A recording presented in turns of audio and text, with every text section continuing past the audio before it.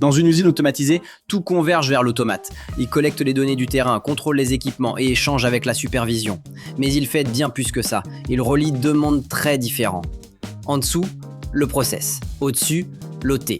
Et aujourd'hui, ces deux univers se mélangent de plus en plus. En bas de l'automate, c'est le monde du terrain. Les capteurs détectent, les actionneurs exécutent et les modules d'entrée-sortie transmettent les signaux. Ils échangent via des bus de terrain conçus pour le contrôle temps réel. Ces réseaux sont souvent propriétaires, très fiables mais spécifiques à chaque marque.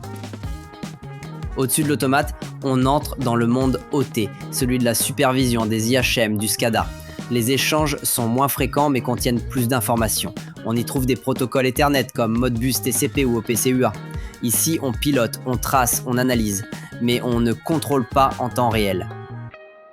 Et c'est là que la frontière devient floue. Les bus de terrain utilisent désormais Ethernet, les réseaux OT aussi. Un câble mal branché, un VLAN mal configuré et c'est toute la communication qui est perturbée. Il devient indispensable de séparer clairement les flux, physiquement et logiquement.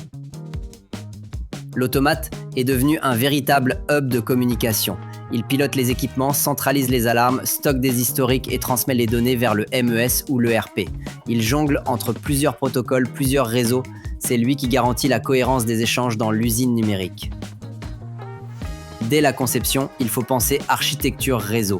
Séparer les flux terrain et supervision, isoler les zones critiques, tracer les points de passage et surtout tout documenter. Car un réseau bien structuré, c'est un projet plus sûr et un dépannage plus rapide. L'automate est à la croisée des chemins. Il parle temps réel au terrain et supervision au monde OT. Il est à la fois passerelle, gardien et traducteur. Comprendre cette double fonction, c'est éviter les erreurs, sécuriser les flux et réussir son architecture industrielle.